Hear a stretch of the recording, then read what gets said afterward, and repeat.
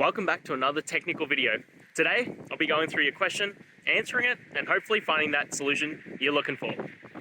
Guys, let's get ready to try and work through to that resolution, and remember to just stay a little bit crazy, just like me. Now, let's continue on.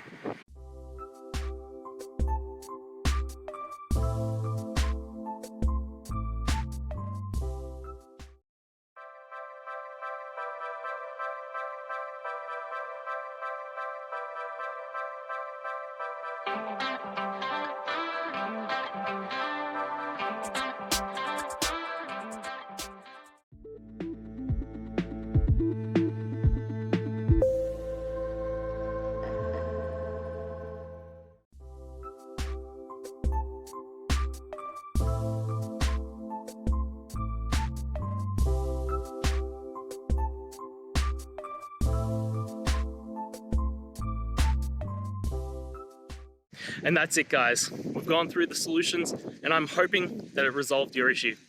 If it did, please hit the subscribe button. I'd really appreciate it. And until next time, I hope you have a good one. Cheers.